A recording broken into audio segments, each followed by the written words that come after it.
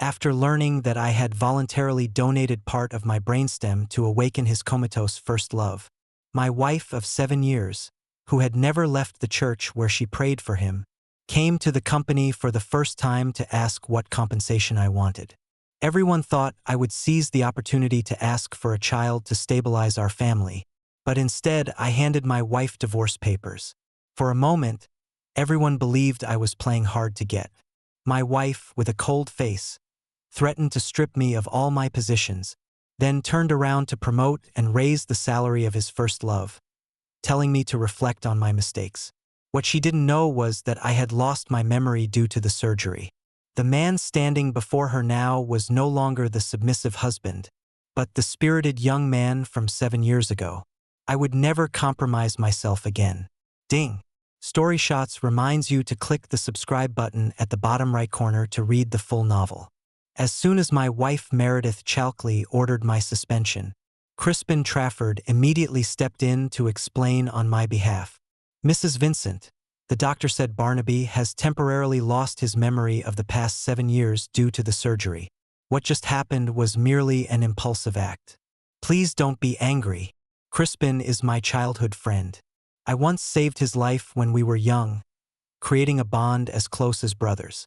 After I woke up with amnesia, he was the one who accompanied me out of the hospital and brought me to the company. But he didn't know that my decision to divorce wasn't impulsive at all. Ever since I woke up, I noticed I had aged quite a bit and the year didn't match up. When I inquired with the doctor, I learned that I had lost about 7 years of memory due to side effects from partial brainstem removal. My consciousness was still stuck in the year I had just graduated. The doctor proactively contacted my family, and I must admit, when I found out my wife was Meredith Chalkley, the well-known beauty from university, I felt quite fortunate to have married the woman everyone admired. However, in just the short morning it took to complete the discharge procedures, I could tell that Meredith didn't love me. She didn't know I was allergic to peaches. The clothes and shoes she brought were all the wrong sizes, and when filling out the discharge form, she didn't even know my date of birth. Before the doctor could tell her about my memory loss, she hastily signed the papers, tossed me a company address, and rushed off to another ward to tenderly care for another man. I didn't know who that man was, but I could see the difference in how Meredith treated him compared to me. It wasn't until moments ago that I learned from my friend that the man's name was Elwood Grenville. He was Meredith's ex and also her former assistant. Regardless of what happened in those 7 years, they must have been unpleasant memories. Forgetting them might be for the best. After all, this marriage was coming to an end anyway. Before I could speak, Meredith coldly said, "Do you think I'm a fool? You thought you could pretend to have amnesia to gain my sympathy after I discovered your scheme?" Behind Meredith, Elwood was clearly struggling to contain his smug expression, yet he feigned surprise and concern. "Meredith, darling, Barnaby does seem a bit off today. It doesn't look like he's pretending. What if he really has lost his memory? Should we take him to the hospital? After all, you've been praying at the church for me all these years, leaving Barnaby alone at home. It must have been hard on him. Besides, it was Barnaby who donated the brainstem tissue to me. If something's really wrong, I wouldn't be able to face anyone." Watching Elwood's exaggerated performance, I nearly threw up my breakfast. I had thought he must have had some extraordinary qualities to have my wife so infatuated with him. But it turns out he's just a male gold digger with terrible acting skills. I must say, Meredith's taste is truly awful. Unable to see through such poor acting, I wonder how she managed to become the company's CEO. Feeling my gaze, Meredith gave me a disdainful glance before comforting Elwood. "There's no need to go to the hospital. Elwood, you're just too kind-hearted. That's why you keep falling for his deceptions. Besides, if it weren't for what he did 7 years ago, you wouldn't have been in a coma. Even donating brainstem cells can't make up for the 7 years of youth you've lost." I frowned. 7 years ago? What did I do? Seeing my confused expression, Meredith sneered. "Barnaby, I've been giving you some face by not punishing you publicly before, since you're my husband in name. Did you really think no one knows your true nature? 7 years ago, Elwood was helping with your project and accidentally input the wrong data, causing us to lose a project. That's all. But you, just to vent your anger, not only blamed Elwood in the meeting, but after work, you lured him out and pushed him down the stairs in a place without CCTV. If anyone should leave the company, it should be you, Barnaby. Before I could respond, Crispin frowned and said, Mrs. Vincent, that project was Barnaby's 2 years of hard work. Losing a multi-million-pound contract is not just, that's all. Is it? The incident was thoroughly investigated back then. The claim about being pushed down the stairs was just Elwood's word before he fell unconscious. There was no evidence. All these years, it's been Barnaby managing the company for you. Otherwise, the company would have. Before Crispin could finish, Meredith cut him off coldly. Enough. This is my company's business. It's not for an outsider like you to interfere. And when we're at work, address me by my title. Please call me Ms. Chalkley. Watching Meredith defend Elwood, I couldn't help but smirk. It seems she's not only an incompetent wife but also an incompetent boss. Letting emotions affect million-pound contracts. How could she possibly manage a company of hundreds? Beside me, seeing my silence, Meredith thought I was feeling guilty and looked even more smug. All right, I didn't come here to argue with you today. Barnaby, considering you've made amends by donating your brainstem to Elwood, if you apologize to him for what happened 7 years ago, I might consider giving you another chance and reduce your punishment. I shook my head and walked directly in front of her and Elwood. Ms. Chalkley, no need to consider anything. Seeing me so compliant, Meredith smiled with satisfaction. That's more like it. As long as you behave like before, I promise you'll always have a place in the company. Even at this moment, Meredith still thought I was the Barnaby she remembered. But she didn't know that I had truly lost my memory due to the surgery. The person standing in front of her now was no longer the submissive husband, but the fresh graduate from 7 years ago, full of vigor and ambition. I will never compromise myself again. Before Meredith could finish, I interrupted her and handed her a document. You've misunderstood. What I meant was, I've already written my resignation letter. You just need to approve it. As for the divorce agreement, it doesn't matter if you sign it or not. I've already contacted a lawyer to file for divorce. Don't forget to show up in court when the time comes. As Meredith Chalkley saw the resignation letter in my hand, she lost control of her emotions and instinctively crumpled it into a ball. It wasn't until Elwood Grenville reminded her that she realized her loss of composure. With a cold face, she said, Barnaby Vincent, are you threatening me? You think that because our family once owed you a favor, you're afraid it'll get out and people will laugh at us, so you're certain I won't dare to fall out with you? Is that it? Favor? Seeing my confusion, Crispin whispered beside me. 7 years ago, when Meredith's family fell on hard times, you used your family connections to help her. That's why she married you. Before I could process this information, Elwood seized the opportunity to play the victim. Barnaby, I know you must be resentful, but Meredith and I are truly just friends and colleagues. Even if she prays for me day and night and sends people to look after me every day, it's just out of friendly concern. You're the one she truly loves. But looking at Elwood's smug expression, I nearly threw up. Just as I was about to speak, my mate held my shoulder and advised, Barnaby, don't be rash. Just hold on a bit longer. 3 years ago, when your parents suddenly passed away in a car accident and the company was in turmoil, Meredith retreated to a church and issued a statement saying she wouldn't interfere in worldly affairs. She didn't help you, and you were already marginalized in the company. If you fall out with Meredith now, it'll be even harder to reclaim your inheritance rights. Hearing what Crispin said, I felt even less fond of Meredith. Even an outsider like him knew these inside stories, so Meredith must have been well aware. Yet she still chose not to help when I was in need.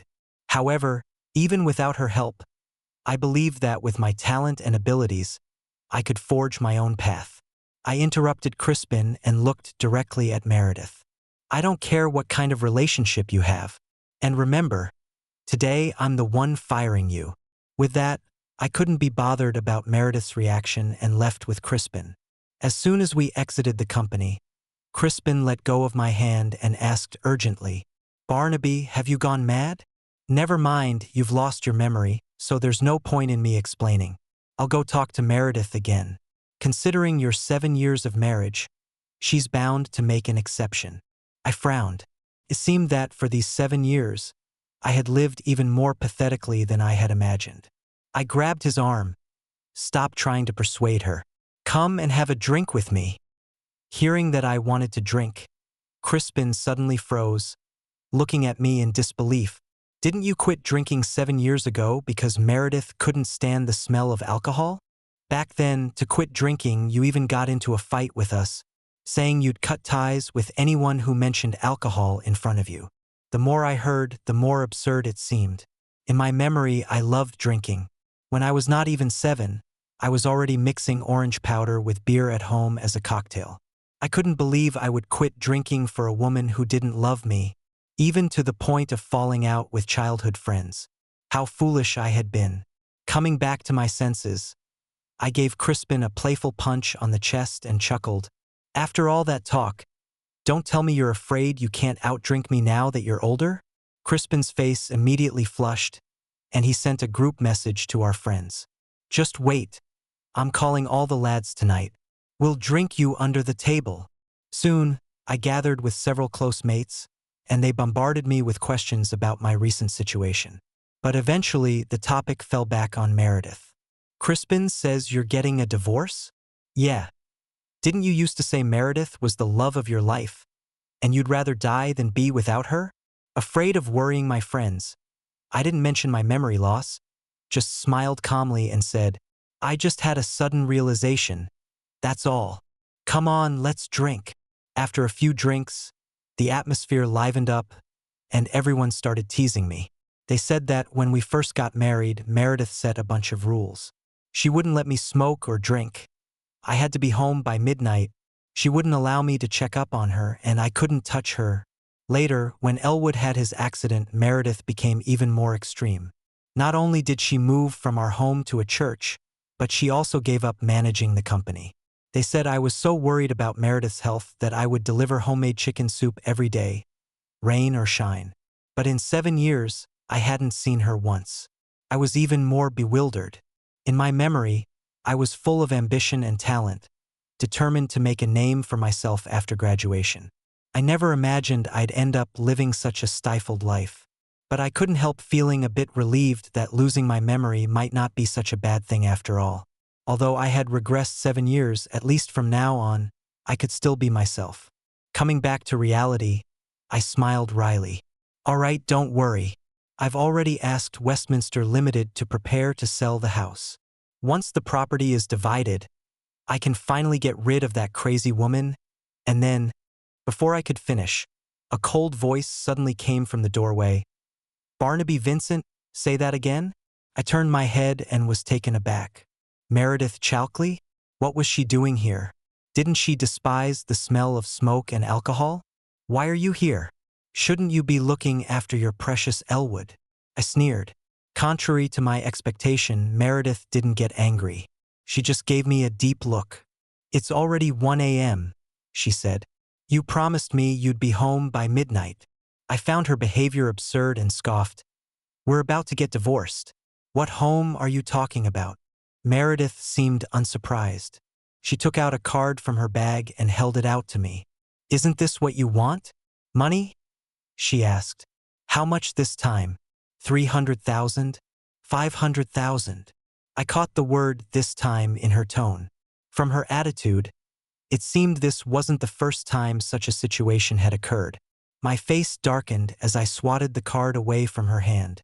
"Who needs your filthy money?" I spat. "You're not welcome here. Please leave and don't spoil our drinking mood." I turned and ordered 2 more cases of beer from the waiter. I didn't see Meredith's expression, but I heard the heavy clicks of her high heels on the floor as she left. After Meredith's departure, my mates crowded around me. "Are you still Barnaby Vincent? How did you suddenly become so tough?" Yeah, you should have seen Meredith's face. It was as green as a cucumber. I've never seen the so-called Ice Queen of York look so angry. I just smiled nonchalantly and opened another bottle of beer. You're making a fuss over nothing. Let's keep drinking. It wasn't until the next afternoon that I decided to go home. On the way, I looked at the marriage certificate in my hand and smirked sarcastically. This morning, the lawyer had hurriedly found me to say that the divorce petition had been rejected. We couldn't file for divorce. I thought there might have been a problem with the paperwork, but he said it was because Meredith and I weren't legally married at all. In simple terms, our marriage certificate was fake. I couldn't remember what methods Meredith had used or what her motives were for deceiving me, and it didn't matter anymore. I didn't want to be with her anyway, so this actually saved me a lot of time. I planned to go home first to pack up. Of course, I meant Meredith's belongings. Last night, a friend told me that when I first got together with Meredith, I was so overjoyed that I didn't even think about prenuptial agreements. I had said I would never divorce her. I thought dividing the assets would be a hassle. I didn't expect Meredith to be even more heartless than I imagined, not even bothering to legally marry me. But this way, the house was naturally still mine. I wanted to take advantage of Meredith being with Elwood during the day to quickly deal with her things and avoid any arguments later. But as soon as I opened the door, I froze in place. In the living room, Meredith was curled up on the sofa, dark circles under her eyes. It looked like she hadn't slept all night. As I was worrying about another inevitable argument, Meredith pressed her brow and said, "You're back. I have a bit of a headache. Could you make me a bowl of that chicken soup from before?" It was only then that I noticed the empty beer bottles scattered under the table. I was quite surprised. Didn't Crispin say last night that Meredith didn't drink at all and would feel sick just smelling alcohol? Why did she suddenly drink so much? And I had no memory of the chicken soup she mentioned. Coming back to my senses, I waved my hand dismissively and said coldly, "I told you, I've lost my memory. I have no idea what chicken soup you're talking about. Besides, you're not paralyzed. It's just a headache. Can't you just order some painkillers?" Meredith's body trembled. Then she frowned and said, "Barnaby, there should be a limit to your temper tantrum. How could you possibly not know about my headache problem? You spent half a year begging that specialist for the recipe. If you're still upset about what happened at the company before, I'll say it one last time. There's nothing between Elwood and me. I just wanted to make up for the 7 years of youth he lost because of you. If I really loved him, I would have married him 7 years ago. Would it have been your turn?" I listened to her high-sounding excuses and found them laughable. I must have been blind to waste 7 years of my life on a woman who didn't love me. With that time spent making soup, I could have been successful in my career by now. "Are you finished? If so, I'll get on with my business," I said. Seeing my indifference, Meredith suddenly sat up straight on the sofa. "Aren't you going to do anything for me? Barnaby, this isn't like you at all. In 7 years of marriage, you've never refused me. But recently you've repeatedly distanced yourself from me, opposing me. Barnaby, what exactly do you want this time?" I found it amusing. "I told you I want a divorce." I went back to the bedroom to pack. I had barely packed half when I heard a scream from the kitchen. I went to look and found Meredith sitting on the floor, cradling her hand which was covered in blisters from a burn. Apparently, Meredith couldn't bring herself to ask me for help and tried to make the soup herself, resulting in burning herself. But instead of treating it immediately, she just stared at me intently. I frowned, and after a moment, I still walked towards her. A victorious smile immediately appeared on Meredith's lips. "I knew you still cared." Before she could finish, I walked right past her. "Get out of the way. You didn't turn off the gas after using it. What if you blew up my house?" After confirming the gas was completely shut off, I let out a long sigh of relief and turned back to continue packing my luggage. Meredith's face was red with anger. I couldn't be bothered with her and started dragging her suitcase towards the door to throw it outside. Only then did Meredith notice what I was doing, looking bewildered. "Why are you packing my things?" I found her question absurd. "To throw them outside and ask you to leave, of course." "You're kicking me out?" Meredith was stunned for a moment, then seemed to realize something and smirked. Barnaby, where did you learn this trick from? I admit, I almost fell for it just now. But you've forgotten about that. Meredith pointed to my ring finger, where a simple band was engraved with our initials. This was presumably our wedding ring. Perhaps because I'd worn it for so long, I had completely forgotten its existence. If you really want a divorce, why are you still wearing it? Before Meredith could finish, I took off the ring and threw it outside along with the luggage. Meredith's face changed. She was about to say something when Elwood happened to witness the scene.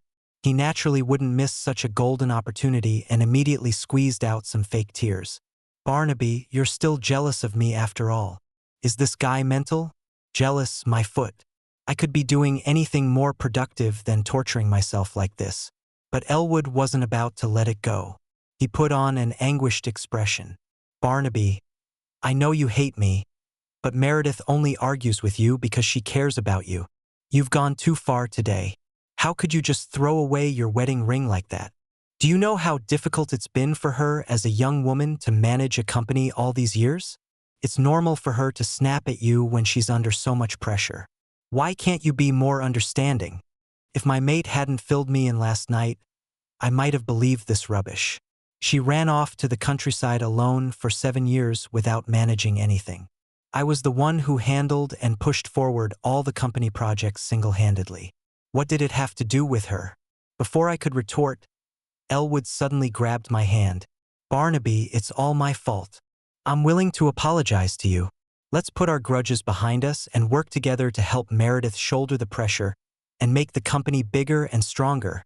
He let out a cold laugh, and the next second he suddenly fell to the ground, wailing. Meredith was stunned for a moment, then quickly stepped forward to help Elwood up, giving me a vicious slap. Barnaby, Elwood was trying to make peace. Why did you push him? Don't you know he just had surgery?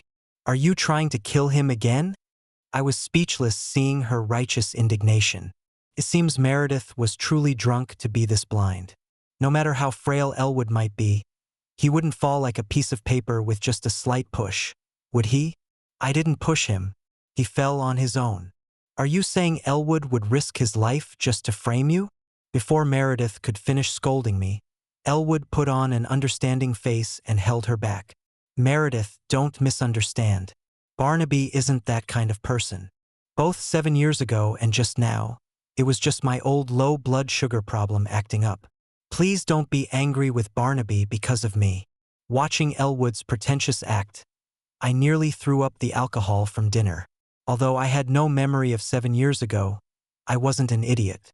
I might fall for it once, but never twice. I slapped Elwood across the face, leaving him stunned in place.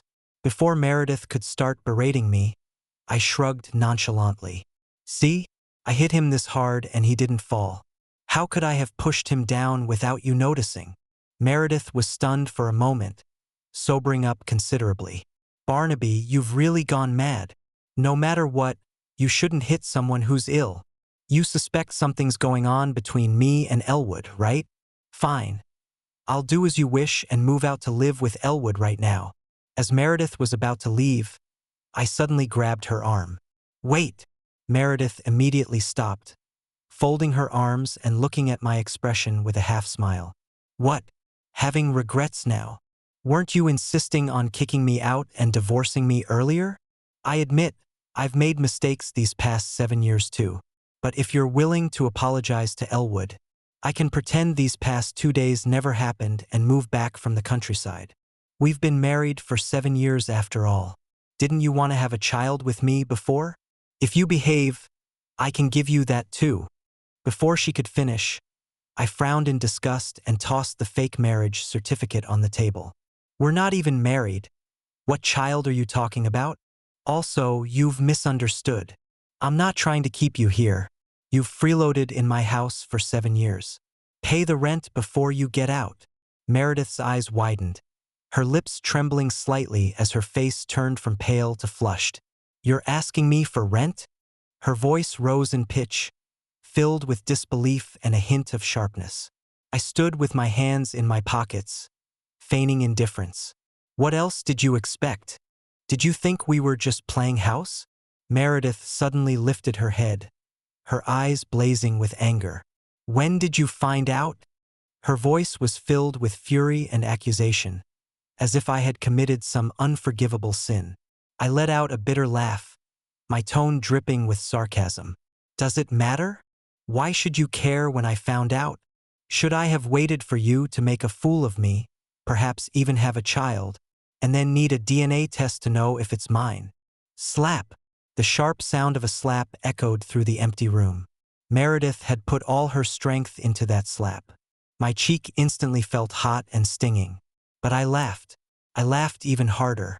Seeing the situation, Elwood immediately put on a pained expression, stepping forward to feign concern. Barnaby, calm down. Meredith's just upset. Don't take it to heart. You've been married for so many years. Can't you talk things through? Does it have to come to this? As he spoke, he tried to reach out and grab my arm. I dodged him, fixing him with an icy stare. It hasn't been easy, I said. These 7 years, I've been treated worse than a dog. Meredith froze on the spot. What did you say? I looked at her, my eyes devoid of any emotion. I said, for these 7 years, I've been treated worse than a dog. You hid away in the church praying. Did you ever think about me? Every single issue in the company. Which one didn't I have to deal with alone? Developing new projects, expanding the market, negotiating with partners. Which one didn't require my personal attention?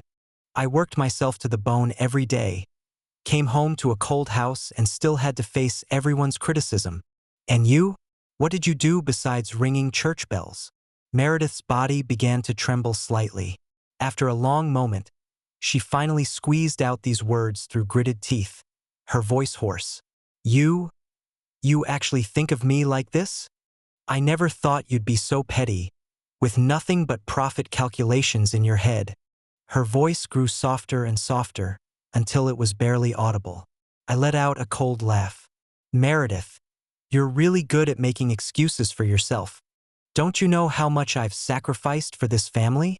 I work late into the night every day, coming home to an empty house. What do you think I get out of it? Do you think I enjoy being made a fool of? Seeing the situation escalate, Elwood jumped in again, pretending to mediate. Meredith, don't be angry. Barnaby's not that kind of person, he's just confused right now. Don't take it personally. As he spoke, he kept giving me meaningful looks, signaling me to back down. Looking at his hypocritical face, I felt nothing but disgust. Meredith, however, seemed to grab onto this lifeline. She took a deep breath, trying to calm herself down. Barnaby, I know you're upset. Even if the marriage certificate is fake, our 7 years of love can't be fake. Can't we talk things through? Why does it have to get so ugly? Her voice carried a hint of fatigue, but also a glimmer of hope. She thought that if she softened a bit, I would obediently return to her side. She thought I was still the same Barnaby who would do anything she said. Unfortunately, she was wrong. Just then, the doorbell rang. I went to open the door. Standing there was a smartly dressed estate agent, with a young couple behind him. Hello? Are you Mr. Vincent? We're from Westminster Limited. You previously asked us to sell this house. I nodded and stepped aside. Come in. Meredith's face instantly turned pale. She whirled around, staring at me intently. What do you mean? Her voice was sharp and piercing, like a cat whose tail had been stepped on. I looked at her and said calmly, It's exactly what you see. I'm selling this house. Meredith's body swayed, and she almost lost her balance. Selling the house? Have you gone mad? This is our home. How can you sell it? Looking at her hysterical state, I found it laughable. Home? When did this place become our home? From the day you moved to the church, this has been nothing but a prison for me. This perfectly good house. You've turned it into this grotesque state. All these bizarre decorations. I hate every bit of it. I enunciated each word, my tone full of disgust and finality. Meredith kept shaking her head. I won't leave. This is my home. I won't leave. You can't sell it. She rushed over, trying to stop the estate agent from showing the house. I frowned and grabbed her arm. On what grounds? This is my house. I'll sell it if I want to. What does it have to do with you? I said coldly, Agent, feel free to show them around. Don't mind her. There was no room for negotiation in my tone. Meredith, however, clung to my arm, her nails almost digging into my flesh. I turned around abruptly, thinking she was about to go berserk again. But the next moment, I felt something wet and warm on my hand. Meredith, who had always been as cold as ice, was crying. Tears rolled down her cheeks in large droplets, sliding along her face and dripping onto the floor. Though silent, it was more heart-wrenching than any hysterical cry. It was the first time I had ever seen Meredith Chalkley cry. In my memory, she had always been aloof and cold as ice. Even 7 years ago, when I donated part of my brainstem to save her, she had only muttered a faint, "Thank you." Never before had she cried like a child as she did now. She seemed unaware of her tears, staring at me with vacant, bewildered eyes. After a long moment, she raised her hand and clumsily wiped the tears from her face.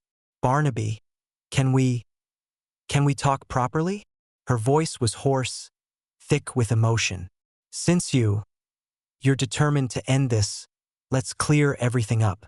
I looked at her, somewhat surprised, but nodded. "All right." I was curious to hear what she had to say. Meredith took a deep breath, as if steeling herself for something momentous. "Are you free next Saturday? Let's meet face to face to sort everything out." I agreed. Meredith said nothing more and turned to leave. Her retreating figure looked somewhat forlorn. I stood there, suddenly feeling confused. Could it be that she still had feelings for me? I shook my head. Impossible. If she truly cared for me, she wouldn't have ignored me for 7 years. She wouldn't have chosen to stay at the church when I needed her most. No matter what, the hurt she had caused me was irreparable. We could never go back to how we were. I pushed the thoughts aside and left the so-called home. I went straight to my good friend Crispin Trafford. Crispin's family was in investments, with a wide network and abundant resources. Upon hearing my situation, he immediately offered to support my new business venture. "Barney, you should have done this ages ago.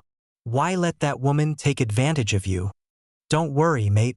I may not have much, but I've got plenty of money. Whatever you want to do, just say the word. I'll support you all the way." Crispin thumped his chest, the very picture of unwavering loyalty. A warmth spread through my chest. True friendship shows in times of adversity. Those who stand by you in such moments are your real brothers. I had been blind before, giving up so much for a woman. I even handed over my inheritance rights to my cousin. Love had made me foolish, but no more. It wasn't too late, though. There were still people willing to support me. I would take back everything that was rightfully mine. I spread the word that I was starting my own business. Immediately, people from the company contacted me. After all, I was the rightful heir to the Vincent family.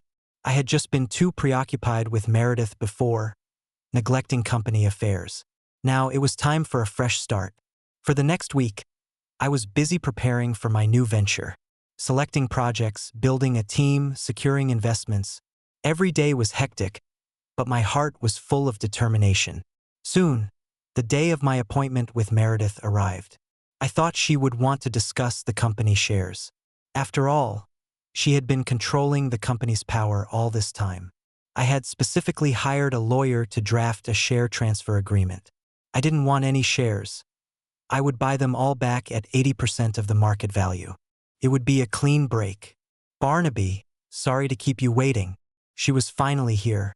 I took a deep breath, ready to hand Meredith the buyback agreement.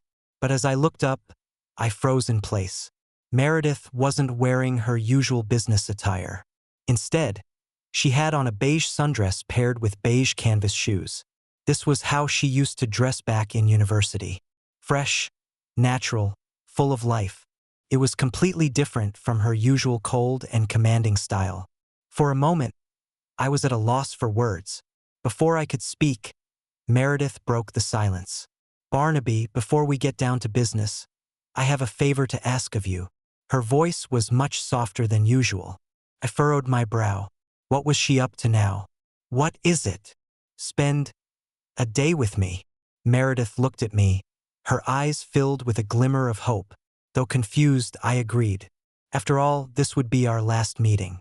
Let's consider it, drawing a line under this absurd marriage. For the rest of the day, Meredith took me to various places. The cinema, restaurants, and amusement park. We watched a film together, had dinner, and even rode the Ferris wheel. It all felt like a date. On the Ferris wheel, Meredith gazed out at the view and suddenly spoke. Barnaby, do you remember? This is just like our first date. She turned to face me. Do you recall that moment? Her eyes were full of memories and expectation. I looked at her and told the truth. I don't remember. My memory had become hazy after that operation. There were many things I couldn't recall anymore, including my first date with Meredith. Meredith was stunned. She hadn't expected me to answer like that. You don't remember? You're still angry, aren't you? She thought I was deliberately trying to upset her. Meredith's eyes began to redden again. Barnaby, I know I was wrong before. I want to apologize. I admit that I neglected you, that I didn't fulfill my duties as a wife. But I truly realize my mistakes now. Will you give me another chance? I can make it up to you. She looked at me, her eyes full of pleading. I looked at her and shook my head. I really don't remember. As Meredith was about to say something else, I took out a document from my bag and handed it to her. This is my medical record. After the surgery, I've been having memory problems. Meredith was completely stunned. She stared at me blankly, the documents slipping from her hands and fluttering to the floor. Barnaby, you've lost your memory? Her voice trembled, thick with tears. Her eyes filled with disbelief. Why didn't you tell me? She tried to speak but couldn't find the words, just shaking her head repeatedly. Tears fell in large drops down her cheeks. Suddenly, she lunged forward, grabbing my arm. Barnaby, are you feeling unwell anywhere? Does your head hurt? Are there any other after effects? Tell me, please, she asked urgently, her hands shaking as she reached out to touch my head, but hesitated, afraid of hurting me. Watching her like this, I felt a bit irritated. I said bluntly, Meredith, isn't it a bit late for you to be concerned about me now? You've been busy taking care of Elwood. When did you have time for me? Meredith's body suddenly stiffened. The color drained from her face in an instant. Barnaby, She opened her mouth, wanting to explain, but the tears flowed even more fiercely. I'm sorry, Barnaby, I'm so sorry. I really didn't know you had lost your memory. I thought you were just angry with me. She sobbed, apologizing incessantly. I'll find the best doctors to treat you. I'll definitely help you recover your memories. Trust me, I can definitely do it. She clutched my arm, her gaze determined. I looked at her, finding it all rather ridiculous. I shook my head. Don't bother, I said coldly. Losing my memory isn't all bad. I don't have to live in the pain of the past anymore. I've also seen many people and things clearly now. At least, I found myself again. I looked at Meredith, emphasizing each word. I'm quite all right as I am now. But Meredith didn't believe it. No, Barnaby, you're talking nonsense. You don't remember anything. How do you know if you're all right or not? You're just saying this out of anger. She argued heatedly, gripping my hand tightly. You can't give up on treatment. You must recover your memories. The London I had slowly descended, reaching the ground. Gently but firmly, I pushed Meredith's hand away. Meredith, it's precisely because I don't remember that I understand more clearly. What kind of life I've been living all these years. I won't go back to the past. I looked at her, my gaze calm, without a ripple of emotion. With that, I turned and walked away. Behind me, I heard Meredith's heart-wrenching sobs. but I didn't look back. Later, Meredith and I went to the court to get our divorce papers. The whole process was very calm. No arguments, no entanglements. It was like completing a task that should have been done long ago. The moment I received the divorce certificate, I felt a weight lift off my shoulders.